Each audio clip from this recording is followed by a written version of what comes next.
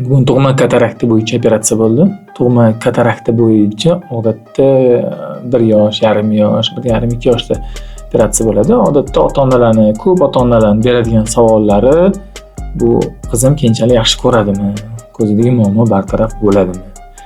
Bugun shunaqa savol bo'ldiki, meni juda ham o'ylantirib qo'ydi. 1 yoshli qiz operatsiya bo'lgan. Shu yuqoridagi odatiy sog'liq to'g'risidagi savollardan tashqari beriladigan bitta dona ota-onadan bitta dona shunaqa savol kelib chiqdi. Qizim 20 yoshga yetganda men uzatganimda tandirda non yopa oladimi? Odatda ota-onalar farzandining sog'lig'i to'g'risida qayg'uradi. Endi bu ikkita xulosa bor.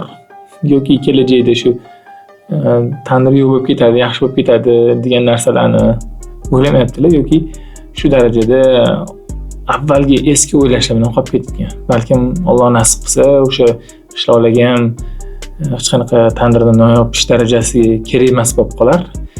Lekin o'ylashimcha savollarni berayotganda har bitta odam o'zini fikrlash doirasidan kelib chiqadi.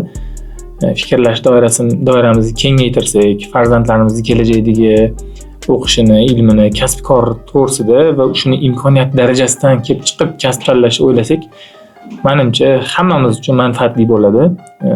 Ko'zi ojiz odamlar ovozi bilan, quloq bilan, barmoq bilan qilinadigan ishlarni tanlagani yoki ko'zi yaxshi yoki minus bo'lsa, yaqinga uzoqga shifokor bilan maslahatlashib kasb tanlagani va turmush qurishda ham qaysidir tomonlama nasliy kasalliklarni inkor qilish uchun to'g'ri tanlangani ma'qul bo'ladi deb hisoblayman. Agarda qaysidir ko'zda nuqsoni bor bo'lsa yoki sog'lig'ida qanaqadir nuqsoni bor bo'lsa, kasb tanlayotganda yoki kelajakda qilinadigan ishlarni shunga qarab reja qilinsa, xudo xolasa, tandirda non yopishga ehtiyoj bo'lmaydi.